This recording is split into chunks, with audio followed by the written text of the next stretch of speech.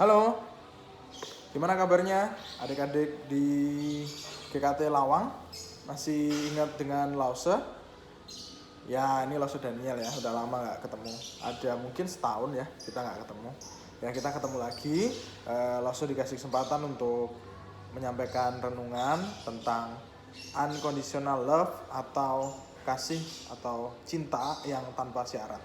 Ya, sebelum kita mulai, daripada nanti panjang-panjang, kan masih udah kenal kan Lause bagaimana, ya kita mulai dengan berdoa dulu ya. Mari kita berdoa. Ya Tuhan, Bapa yang baik, kami bersyukur karena anugerah-Mu kami bisa berjumpa meskipun tidak secara langsung. Terima kasih buat teknologi ini yang buat kami bisa merenungkan firman-Mu sekali lagi bersama-sama. Tolong kami sehingga kami bisa melihat kebenaran firman-Mu, kami bisa melakukannya dalam kehidupan kami. Ajar kami untuk dapat terus melakukannya bersama dengan Roh Kudus. Terima kasih ya Tuhan, tolong kami, waktu depan kami serahkan dalam nama-Mu. Hanya di dalam nama Tuhan Yesus Kristus kami telah berdoa dan menaikkan syukur. Amin. Ya, adik-adik, kita buka Alkitab kita dari Yohanes pasal yang ketiga ayat yang ke-16. Ini ayat yang populer ya, ayat yang sering kali dibahas ya. Mungkin waktu sekolah minggu adik-adik sering kali baca ayat ini atau dihafalin terus dapat hadiah kalau setelah itu. Nah, Lause akan bacain satu ayat aja ini dari Yohanes 3 ayat 16. Adik-adik dengerin ya. Oke, demikianlah firman Tuhan. Karena begitu besar kasih Allah akan dunia ini, sehingga ia telah mengaruniakan anaknya yang tunggal, supaya setiap orang yang percaya kepadanya tidak binasa, melainkan beroleh hidup yang kekal. Amin. Demikian jawab pembacaan firman Tuhan. Berbahagialah bagi kita yang membaca, merenungkan, dan terlebih yang melakukan di dalam kehidupan kita. Nah, ayat ini seperti yang Lause bilang, terkenal, tapi juga sebenarnya ayat ini ada sedikit ketidakpasan di dalam penerjemahan ya. Karena kan diawali dengan karena begitu besar kasih Allah. Nah, kalau di dalam bahasa aslinya itu kata begitu besar kasih Allah, kasih, kata bendanya itu sebenarnya kata kerja. Jadi mungkin kalau di dalam bahasa asli kasih itu bukan agape atau dan sebagainya, itu ada 4 jenis kasih, tapi kasihnya itu pakai egapesen, artinya adalah mengasihi. Jadi lebih tepatnya mungkin karena Allah begitu mengasihi dunia. Nah, kalau di dalam bahasa Inggris lebih tepat terjemahannya, misalnya dari NIV ya, New International Version, dia bilang for God so loved the world. Jadi karena Allah begitu mengasihi dunia. Nah, Allah mengasihi dunia itu penting ya. Maksudnya karena Allah mengasihi dunia, makanya dia memberikan anaknya yang tunggal. Nah, anak yang tunggal ini yang diberikan pada kita itu kan artinya Yesus ya. Maksudnya mengarah pada Yesus. Nah, Yesus itu diberikan kepada kita itu sebenarnya tanpa syarat. Kita ini diberi Yesus itu ketika kita masih berdosa, ketika kita masih terus-menerus berbuat salah gitu. Tapi diberi Yesus. Jadi tanpa syarat, dan ketika kita mendapatkan keselamatan yang tidak binasa itu, kita ini sebenarnya tidak perlu memberi Allah apapun, memberi uang kita, kepintaran, ijazah dan sebagainya, nggak perlu sih. Jadi benar-benar tanpa syarat, unconditional. Jadi di mana Allah itu ngasih kita itu tanpa kita harus ngasih apapun. Syaratnya cuma apa? Mungkin syarat yang paling sederhana yaitu percaya. Tapi itu sebenarnya bukan syarat kan. Kita tidak perlu misalnya kayak bekerja keras memberikan apapun. Kita harus memelihara kepercayaan itu. Cuma itu aja. Percaya. Syaratnya sebenarnya tidak terlalu susah dalam tanda kutip, maksudnya bukan meremehkan kepercayaan, karena kalau dipikir ya percaya itu susah. Cuma kita sebenarnya tidak perlu melakukan apapun, tidak perlu memberikan apapun untuk kehidupan yang kekal itu. Sungguh hal yang begitu menarik. Jadi kasih yang tanpa syarat itu memang rela untuk memberikan apapun. Allah mengasihi kita tanpa syarat. Kita seharusnya kalau misalnya nih kita berdosa, kita kan harusnya mengaku salah, terus berjanji nggak mengulangi lagi, baru diberi. Gitu kan, itu yang benar. Tapi kan enggak ya. Allah ngasih kita sebelum kita ngaku salah, sebelum kita membuktikan kalau kita tidak mengulanginya lagi, dan yang penting ketika kita terus-menerus masih mengulangi Allah kasih. Yaitu benar-benar unconditional love. Kasih yang tanpa syarat. Dulu Lause waktu kuliah S1 di Universitas Kristen Petra, Lause itu pernah ikut sebuah organisasi namanya PELMA. PELMA itu pelayanan mahasiswa, bukan pelebaran mahasiswa ya. Meskipun orang yang masuk ke sana keluar jadi lebih gendut, berat badannya naik gitu.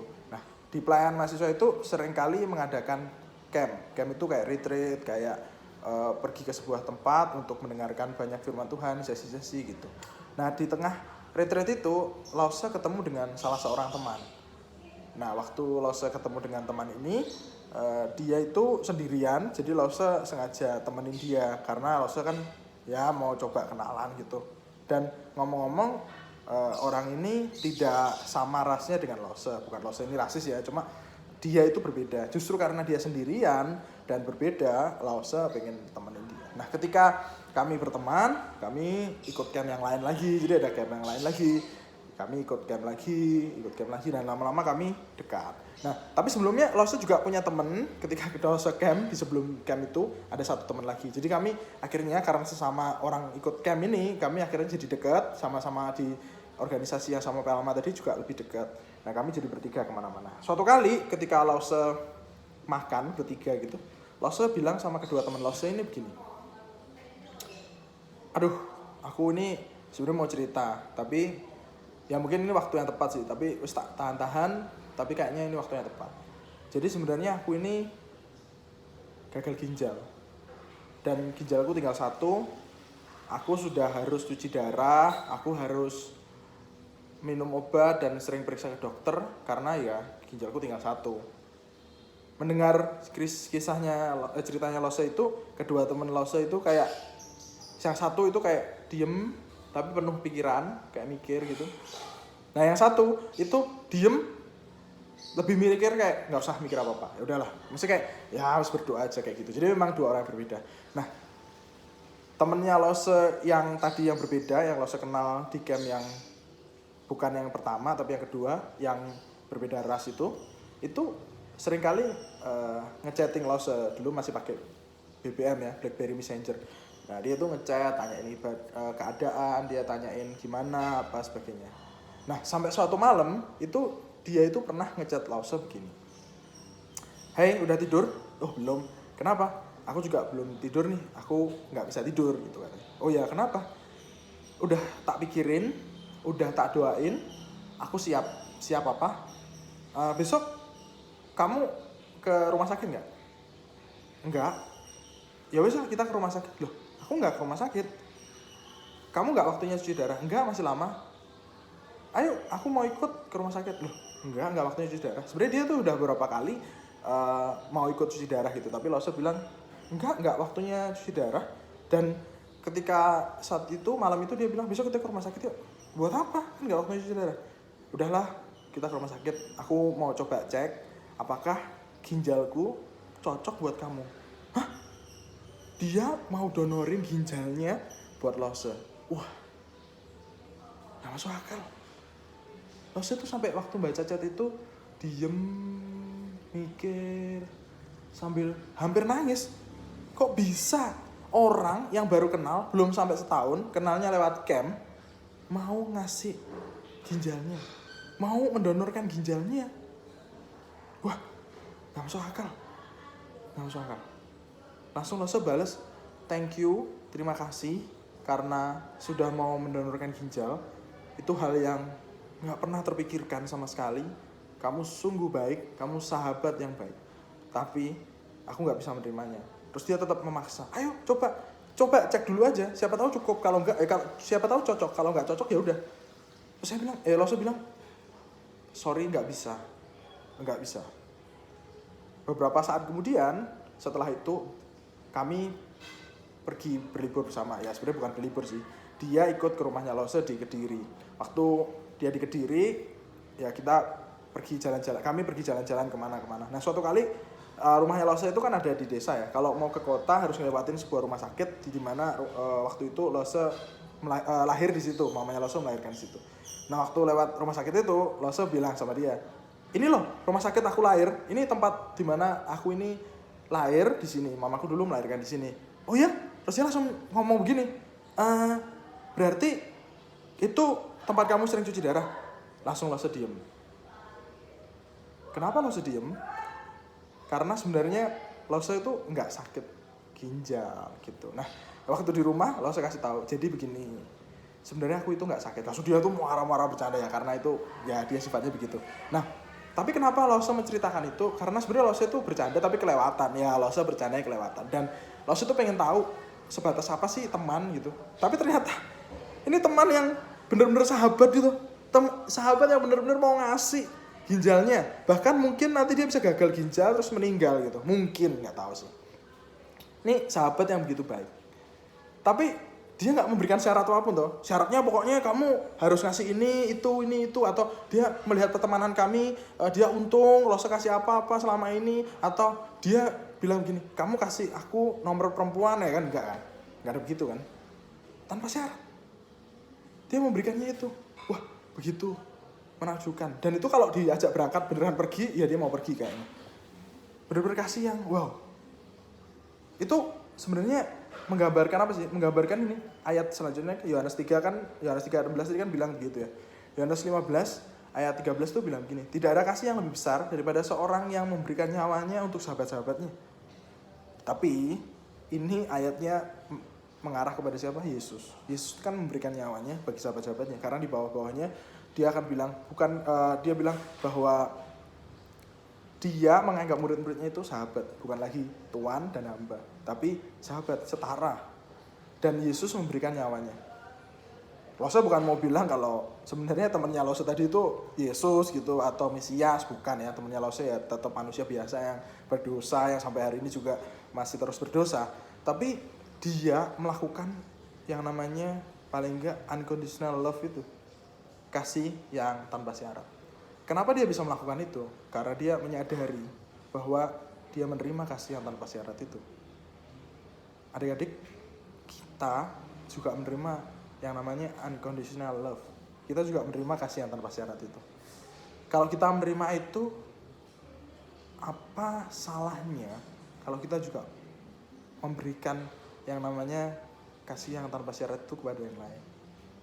Ya Lause tahu itu gak mudah ya. Mungkin jadi temannya Lause juga gak mudah. Mungkin kalau dia beneran dicek terus berhasil, juga belum tentu dia akan, misalnya sama cocok juga belum tentu akan memberikan ginjalnya. Ya mungkin ya gak tahu. Tapi intinya memang tidak mudah. Bahkan tidak mudah bagi Bapak ya tadi, yang di Yohanes 3:16. Dia merelakan satu-satunya anak tunggalnya untuk kita. Merelakan bukan untuk datang terus senang-senang ngajak pulang, kan? Untuk mati. Bahkan Yesus sendiri menyadari dirinya harus mati bagi sahabat-sahabatnya. Bukankah itu kasih yang benar-benar tanpa syarat? Kita tidak pernah dituntut untuk melakukan apapun, untuk memberikan apapun agar dapat mendapatkan kasih itu.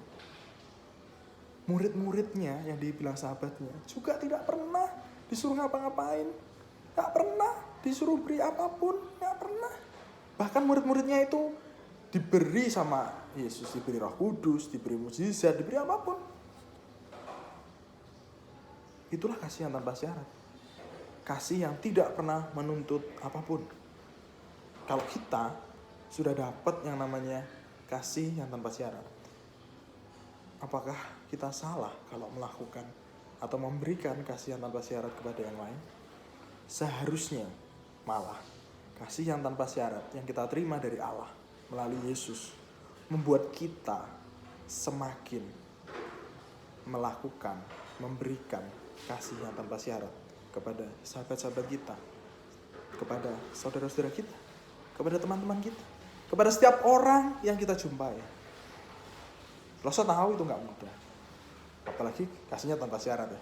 Mungkin kalau sama orang asing lebih mudah ya, karena kan gak ketemu, misalnya baru ketemu terus langsung kayak mau dibantu apa, itu kan tanpa syarat atau baru lebih mudah gitu, maksudnya lebih kelihatan gak ada syaratnya. Tapi kalau dengan teman, dengan orang tua, kita langsung kayak mikir kan, apalagi kalau orang tua, kalau kita nggak kasih, kita nggak mengasihi mereka, itu keterlaluan karena mereka udah mengasihi dulu loh. Justru wujud kita berterima kasih karena kasih yang tanpa syarat yang diberikan Allah kepada kita melalui Yesus Kristus adalah dengan mengasihi yang lain. Kita tidak bisa membalas kasih Allah yang tanpa syarat. Kita bisa menjaganya dan melakukannya, memberikannya kepada siapapun. Saya harap lewat renungan singkat ini kita bisa memahami paling tidak apa itu kasih yang tanpa syarat, dan kita bisa melakukannya, memberikannya karena kita terdorong oleh Allah yang terlebih dahulu mengasihi kita, memberikan kasih itu yang tanpa syarat melalui Yesus Kristus. Saya harap kita semua memikirkan ini, merenungkan ini, dan melakukannya. Sekian aja ya dari Losa. Ya, kita berdoa lagi. Ya Bapa yang baik, Bapa yang sungguh baik, terima kasih karena Engkau mengasihi kami tanpa syarat melalui Yesus Kristus. Ajar kami untuk selalu mengerjakan, melakukan, memberikan unconditional love ini bagi siapapun yang kami jumpai. Kami tahu itu tidak mudah, tapi Roh Kudus-Mu yang bekerja menerangi langkah kami sehingga kami dituntun dan mampu untuk mengerjakan unconditional love itu. Kasih yang tanpa syarat mendorong kami melakukannya, memberikannya. Karena Engkau memberikan kasih itu. Terima kasih ya Tuhan, ajar kami untuk melakukannya hari demi hari. Ini doa kami, Tuhan yang mendengarnya. Hanya di dalam nama Tuhan Yesus Kristus kami telah berdoa dan akan syukur. Amin. Sekian ya dari Losa. Sampai ketemu lagi. Kemungkinan kalau ketemu Losa lebih senang kalau misalnya kita ketemu langsung. Biar lebih interaktif kayak biasanya. Oke. Sampai jumpa. Tuhan Yesus memberkati.